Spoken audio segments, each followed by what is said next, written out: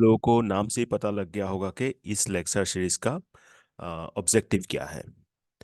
इस lecture series में हम यूजी नेट कंप्यूटर साइंस का क्वेश्चन आंसर्स डिस्कस करेंगे और इस क्वेश्चन आंसर सॉल्यूशंस के जरिए हम वो जो भी कॉन्सेप्ट्स और टॉपिक्स हैं will go into details of it. जितना आपका आने वाला जो यूजी नेट एग्जामिनेशन है और सपोज आप गेट या उस टाइप का computer science related that standard question papers आप अटेंड करने जा रहे हो, तो उसके लिए ये बहुत ही ज़्यादा बेनिफिशियल है। और मोस्ट इम्पोर्टेंटली मैं ये टारगेट किया हूँ यूसी नेट एस्पायरेंट के लिए। ठीक है।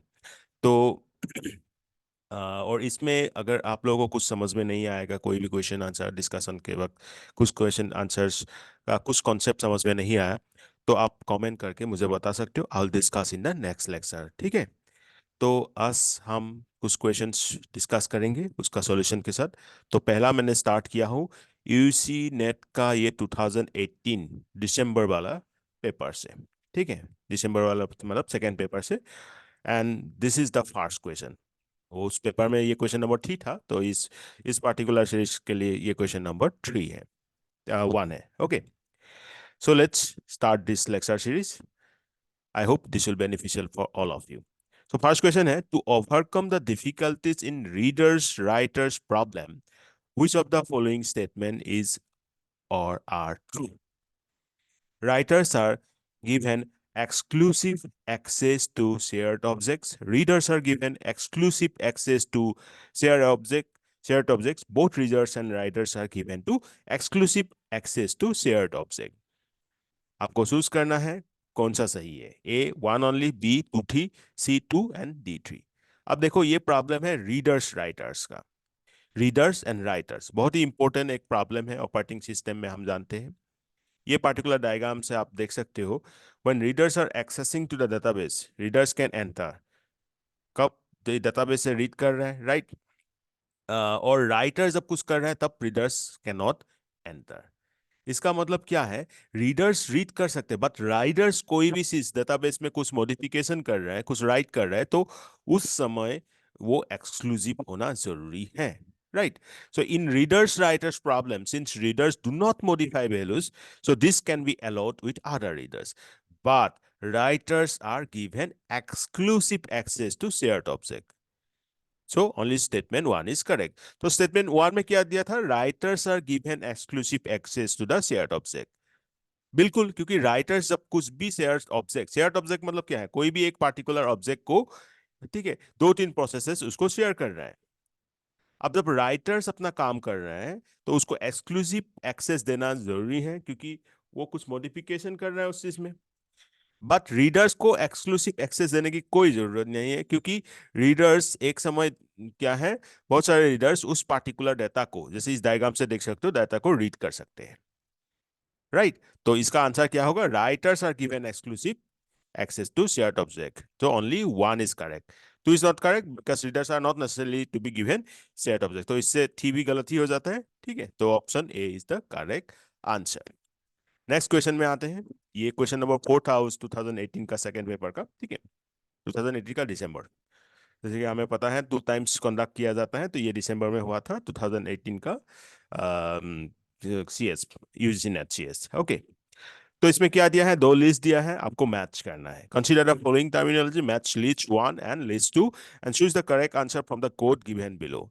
बी मतलब है ब्रांच फैक्टर, डी मतलब है depth of the shallowest solution, m क्या है maximum depth of the search t, i क्या है डेप्थ लिमिट। क्योंकि ये जो कॉम्प्लेक्सिटी आपको समझ में आ गया होगा, कॉम्प्लेक्सिटी आपको दिया गया है लिस्ट टू में, इसमें ये बी का मतलब दे दिया गया है, D B branch vector, D depth, M maximum depth and I depth limit. आपको ये क्या करना है, मैच करना है, और इसमें ऑप्शंस दिया गया है। तो ये सॉल्यूशन में आने से पहले आप लोग क्या करो, इस वीडियो को पॉज करके खुद इसका मतलब एक आंसर देने की कोशिश करो, उसके बाद मैच करना, ठीक है। चलो मैं आंसर बता देता हूं, पहले ये लिस्ट देख लो। क्या दिखाई दे रहा है आपको, breadth first search, uniform cost, depth first, depth limited, iterative depending, bidirectional. तो इसमें से जो breadth depth depth limited iterative depending बहुत इंपॉर्टेंट है। First of all breadth first search complete है या नहीं? यस, कंप्लीट है। अब इसमें आप लोगों को दिमाग में आएगा कि ये कंप्लीट क्या है। देखो, कोई भी एल्गोरिथम को कुछ कुछ क्राइटेरिया, कुछ कुछ कैरेक्टरिस्टिक्स फुलफिल करना पड़ता है। उसमें से एक है completeness. An algorithm is complete if it terminates with a solution when one exists. इसका मतलब ये है, कोई भी एल्गोरिथम, कोई भी नहीं बोलूंगा, एक एल्गोरिथम कंप्लीट तभी होगा जब अगर ये टर्मिनेट के मतलब ये जब कंप्लीट होगा, मतलब टर्मिनेट होगा, तो एक सॉल्यूशन के साथ टर्मिनेट होगा, अगर वो सॉल्यूशन एग्जिस्ट करता है तो। सिंपल सी बात में ये बोल सकते हैं कि कोई भी एल्गोरिथम तभी कंप्लीट हो सकता है अगर वो एक सॉल्यूशन दे, राइट। वो सॉल्यूशन है तो ही, सॉल्यूशन देने के बाद ही वो टर्मिनेट होगा। देन एडमिसिबिलिटी, एडमिसिबिलिटी का मतलब ये है, an algorithm is admissible if it is guaranteed to return an optimal solution whenever a solution exist. देखो, सॉल्यूशन तो कोई भी एल्गोरिथम दे सकते हैं, बट वो सॉल्यूशन कितना हद तक आपका ऑप्टिमल है, बेस्ट है, तो वो डिपेंड करेगा, राइट। तो एल्गोरिथम को हम एडमिसिबल तभी बोल सकते हैं if it is guaranteed to return an optimal solution whenever a solution exist. Optimal solution देगा तभी हम इसको एडमिसिबिलिटी बोलेंगे। अब यहाँ दिखाई दे रहा है आपको ब्रेथ फर्स्ट सर्च कंप्लीट है, ठीक है। इन्हीं but depth first search complete नहीं है, क्योंकि डेप्थ फर्स्ट, उस डेप्थ में, उस पार्टिकुलर जो डेप्थ लेवल में जा रहे हैं, तो ये ऐसा नहीं है कि उस डेप्थ में उसको सॉल्यूशन मिल ही जाए, राइट। डेप्थ लिमिटेड भी कंप्लीट नहीं है, आइटरेटिव डिपेंडिंग पर, यस, मतलब कंप्लीट है। देन टाइम कॉम्प्लेक्सिटी, यहाँ पे देख सकते हो ब्रेथ फर्स्ट सर्च का क्या है, big O of b to the power d। b क्या है, branch factor, d depth of the shallowest solution, पता है हमें, राइट। देन यूनिफॉर्म, ये सॉरी, डेप्थ फर्स्ट का क्या है, big O of b to the power m। m क्या था, maximum depth of the search थी, राइट। डेप्थ लिमिटेड का big O of b to the power l। l is the depth limit. And alternative depending का था big O of b to the power d। And by direction का ये divided by हो जाएगा, ठीक है। Then space, ये तो टाइम कॉम्प्लेक्सिटी बहुत इंपॉर्टेंट है, स्पेस कॉम्प्लेक्सिटी भी याद रख सकते हो, लगभग सेम है। बस ये डेप्थ फर्स्ट सर्च में big O of bm हो जाएगा, डेप्थ लिमिटेड में big O of bl हो जाएगा, और आइटरेटिव डिपेंडिंग में big O of bd, and by directional में ये डिवाइडेड बाय हो जाएगा।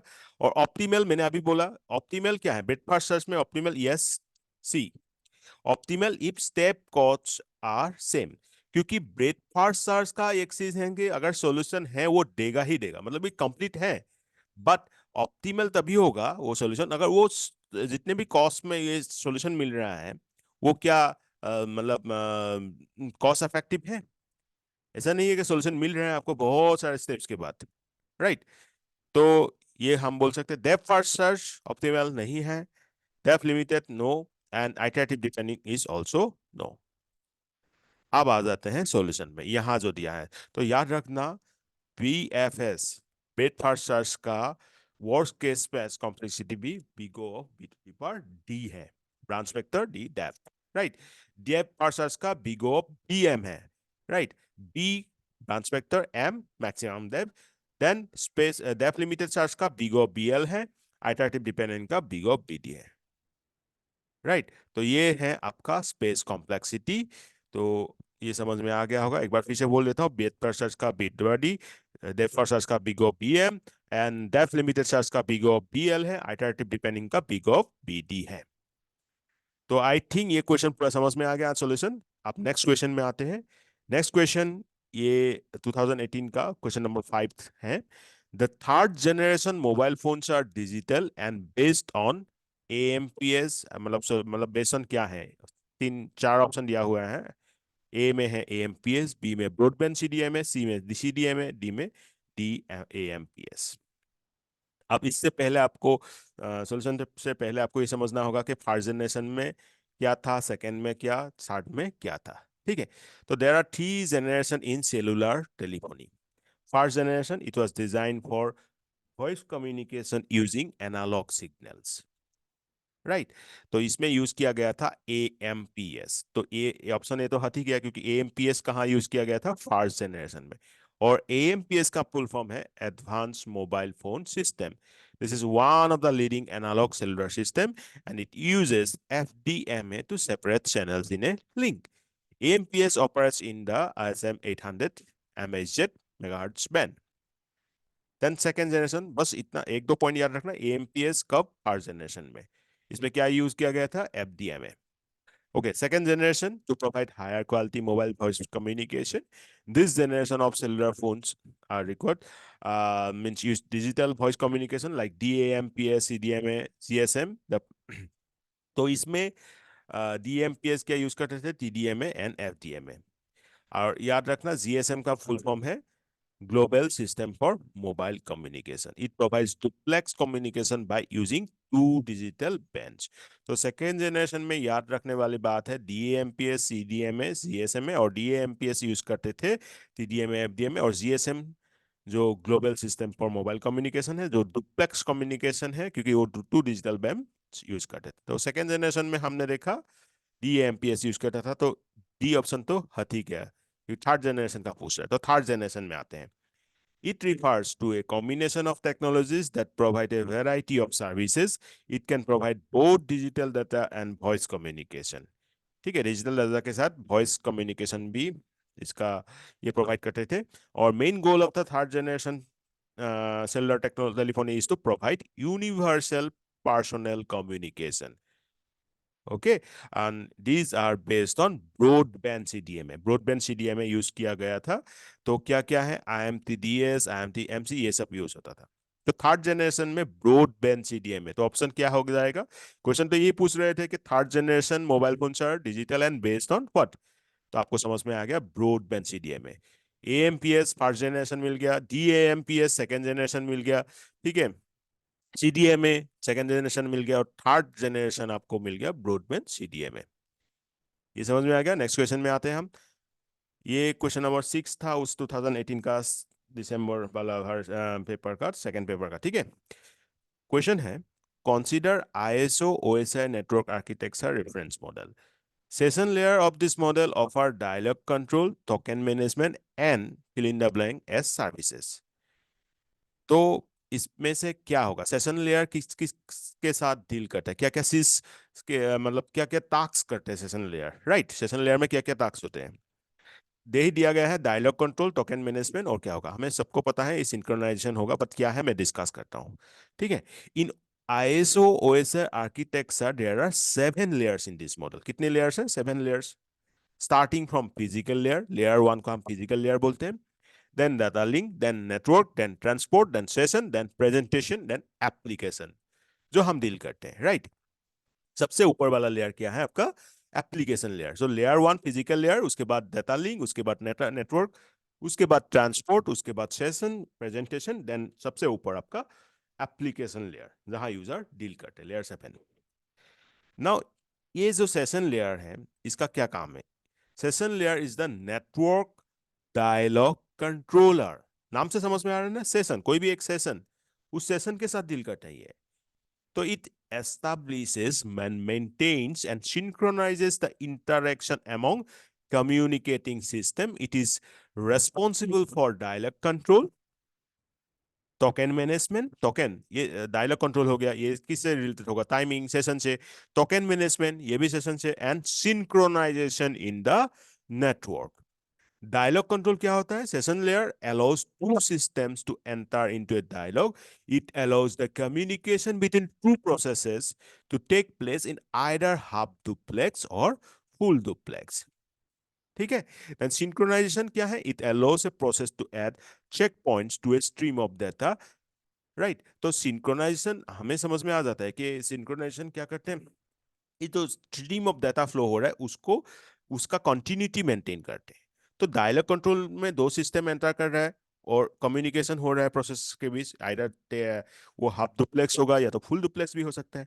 और सिंक्रोनाइजेशन में कंटिन्यूटी मेंटेन कर रहा है स्ट्रीम ऑफ डाटा का। तो ये कौन कर रहा है, सेशन लेयर कर रहा है। Then token management, it prevents two parties from attempting the same critical operation at the same time। क्योंकि टोकन आप लोग जानते हो ना, टोकन जैसे कि कोई आप कैंटीन में जाओ, आपको टोकन दिया जाता है कि ये टोकन नंबर बजेगा तो आपका थाली और ये आपका खाना रेडी है, राइट। जैसे ही आप कोई भी सर्विस के लिए जाते हो, एक टोकन, SBI बैंक में जाओ तो आपको टोकन मिलेगा। तो टोकन क्यों देते हैं, ताकि जब कुछ क्रिटिकल ऑपरेशन हो रहा है तो उस समय दो पार्टीज को अलाउ नहीं किया जाएगा। जो पार्टी उसके साथ डील कर रहा है उसको ही ये अलो किया जाएगा, और दूसरा प्रोसेस और या तो पार्टीज को अलो नहीं किया जाएगा। तो ये भी आपका सेशन लेयर का काम है। दिमाग में रख लो, सेशन लेयर को हम नेटवर्क डायलॉग कंट्रोलर बोलते हैं, और ये कम्युनिकेटिंग सिस्टम को मेंटेन करते हैं, सिंक्रोनाइज करते हैं। डायलॉग कंट्रोल, जहां प्रोसेसेस एक दूसरे के साथ कम्युनिकेशन कर सकते हैं। सिंक्रोनाइजेशन, डाटा स्ट्रीम को मेंटेन करते हैं, कंटिन्यूटी। और टोकन मैनेजमेंट, कोई भी क्रूशियल ऑपरेशन हो रहा है तो दो प्रोसेस को एंटी करने में अलाउ नहीं करते हैं, एक मतलब प्रिवेंट करते हैं, राइट। तो ये है आपका सेशन लेयर का काम। तो इसका आंसर हो जाएगा क्या? सिंक्रोनाइजेशन। ठीक है। तो सेशन लेयर कौन सा नंबर का लेयर होगा, जल्दी बताओ कमेंट करके। ठीक है। जैसे मैंने बोल दिया, physical layer layer 1, application layer layer 7, तो सेशन लेयर कौन सा लेयर होगा, किस नंबर का लेयर होगा बताओ। ठीक है। Okay, next question. कंसीडर, ये भी आया था ये 2018 में, सेकंड पेपर का क्वेश्चन है, दिसंबर वाला, और क्वेश्चन नंबर 7 में है था ये question. Consider the following to languages. ठीक है, अभी हम ये ऑटोमेटा थ्योरी की बात कर रहे हैं। या तो जिन लोगों ने कंपाइलर डिजाइन पढ़ा होगा तो भी आप लोगों को मिला होगा। Consider the following two languages, L1X for some Y with this particular equation, right? ये particular pattern दिया गया है। XY belongs to L, L is the regular language, and L2 is X for some Y such that this X is equal to Y, XY belongs to L, L is the regular languages. Which one of the following is correct? तो ये आप क्या करो, copy में लिख लो और खुद करने की कोशिश करो। मैं तो आंसर बता दूंगा, मतलब सोल्व करा के बता दूंगा, देख लो। इसके लिए हमने एग्जाम्पल लिया है, y is equal to 8, y is equal to 2 into x, where x is what, t। Since it is finite it will be finite. तो जानते हैं ना हम कि क्या बोलते हैं, जो अगर आपका फाइनाइट होगा तो इसके लिए क्या होगा, ऑब्वियसली एक फाइनाइट ऑटोमेटा की हम बात कर रहे हैं यहाँ पे। एक मिनट रुको, हाँ एक सेकंड। हाँ ठीक है। तो देखो, if y is equal to 8 then y 2x, right. ऐसे हम ये पैटर्न बना सकते हैं। सो ये फाइनाइट ऑटोमेटन होगा। Similarly y is equal to x then x equal to 8, ये भी फाइनाइट होगा। तो क्या बोल रहा है, statement says for some y hence L1 and L2 both are accepted by, obviously very simple है, दोनों को एक फाइनाइट ऑटोमेटा के जरिए हम एक्सेप्ट करा सकते हैं। अब दोनों ही अगर एक्सेप्ट हो सकते हैं तो वो मतलब FSA है, तो क्या होगा, ये एक रेगुलर लैंग्वेज हो जाएगा। यही क्वेश्चन में पूछा था, राइट। Both L1 and L2 are regular languages. ध्यान से देख लो, L1 ये दिया गया है पैटर्न, ये पैटर्न देख के आप डायरेक्ट बता सकते हो L2। तो ये दोनों पैटर्न, ये L1 एंड L2 दोनों ही हम फाइनाइट स्टेट ऑटोमेटा के जरिए एक्सेप्ट करा सकते हैं। तो इसका मतलब क्या हो गया, ये रेगुलर लैंग्वेज है। ओके, तो ये तो ठीक है। नेक्स्ट क्वेश्चन हम देखते हैं। नेक्स्ट क्वेश्चन है question number 8। An internet service provider has following chunk of CIDR based IP addresses availability, दिया गया है नेटवर्क मास्क के साथ। 245, 248, 128, 0, 20। The ISP want to give half of this chunk of addresses to organization A and a quarter to organization B. Half A को, quarter B को, while retaining the remaining with itself. Which of the following is a valid allocation of addresses to A and B? तो simple case क्या है, यहाँ पे ISP ए को half addresses देना चाहता है, दिस हाफ ऑफ दिस मान ए एड्रेस का हाफ देना चाहते हैं, और बी को क्वार्टर, बाकी सब अपने पास रखना चाहते हैं। तो इसके लिए क्या वैलिड एलोकेशन होगा, ध्यान से ये ऑप्शन देख लो। ये देख लिया, और ये ऑप्शन देख लो। अब इसके लिए तो आपको कॉपी में करना ही पड़ेगा आपको, राइट। कॉपी में लिख लेना पड़ेगा सारे चीज, उसके बाद सोल्व करने की कोशिश करना पड़ेगा। तो देखो दिया क्या गया था, फिर से एक बार दिखाता हूं। 20 दिया गया है, right. Yes, so it has 20 bit marks, so total number of holes will be what, total 20 bit marks होने से टोटल नंबर ऑफ होल्स कितना होगा, 2 टू दी पावर होना चाहिए था, हाँ ये यहाँ पे थोड़ा सा ऐसा हो गया, 2 टू दी पावर 12 होल्स हो जाएगा, right. Now it wants half of the this sum to a, therefore marks of a should be 21 bits, so it will contain this number. Now two choices for a के लिए 2 choice है, क्या क्या है, 21 to 22, 245, 248, 136, 0, 21 to 245, 248, 128, 0, 22। Simply आपको कुछ करना नहीं है, यहां से लेके ये जो नेटवर्क मास्क दिया हुआ है 1000, राइट, 00000, देन 1000 टू 10000021। सो इतना मार्क्स आप असाइन कर सकते हो किसको, ए को। Now 1/4 needs to be assign to B, right, 1/4 किसको असाइन करना है, वी। सो इट्स मार्क्स, इसका मार्क्स कितना हो जाएगा, 22 बिट्स का हो जाएगा, राइट। तो इसीलिए इसका आंसर क्या आ जाएगा आपका, ऑप्शन में देखोगे तो यहाँ पे तो मैंने दे ही दिया है, 245, 248, 136, 021 टू 245, 248, 128, 022। ओके, सिंपल है, बट आपको इसको प्रैक्टिस करना पड़ेगा। इस टाइप का 2-3 क्वेश्चन में और मतलब इसके साथ एक्सप्लेनेशन के साथ आपको दिखा दूंगा, तो ज़्यादा अच्छे से समझ में आ जाएगा। बाकी कैसे करते समझ में आ गया होगा आपको। ओके, तो इतना क्वेश्चंस आई थिंक काफ़ी है आज के लेक्चर के लिए। और इसमें अगर कोई किसी भी क्वेश्चन में आपको कोई डाउट है तो you can ask me. And ये लास्ट वाला क्वेश्चन, क्योंकि इस टाइप का जो मैथमेटिक्स और कैलकुलेशन बेस्ड क्वेश्चन है, ये मैं इसके लिए अलग से क्लास रखूंगा, डोंट वरी, ठीक है। आज तो सिंपल से बता रहा हूँ, बट उस क्लासेस में डिटेल एक्सप्लेनेशन में दूंगा। ओके देन, नेक्स्ट क्लास में मिलते हैं, तब तक के लिए टेक केयर, बाय बाय।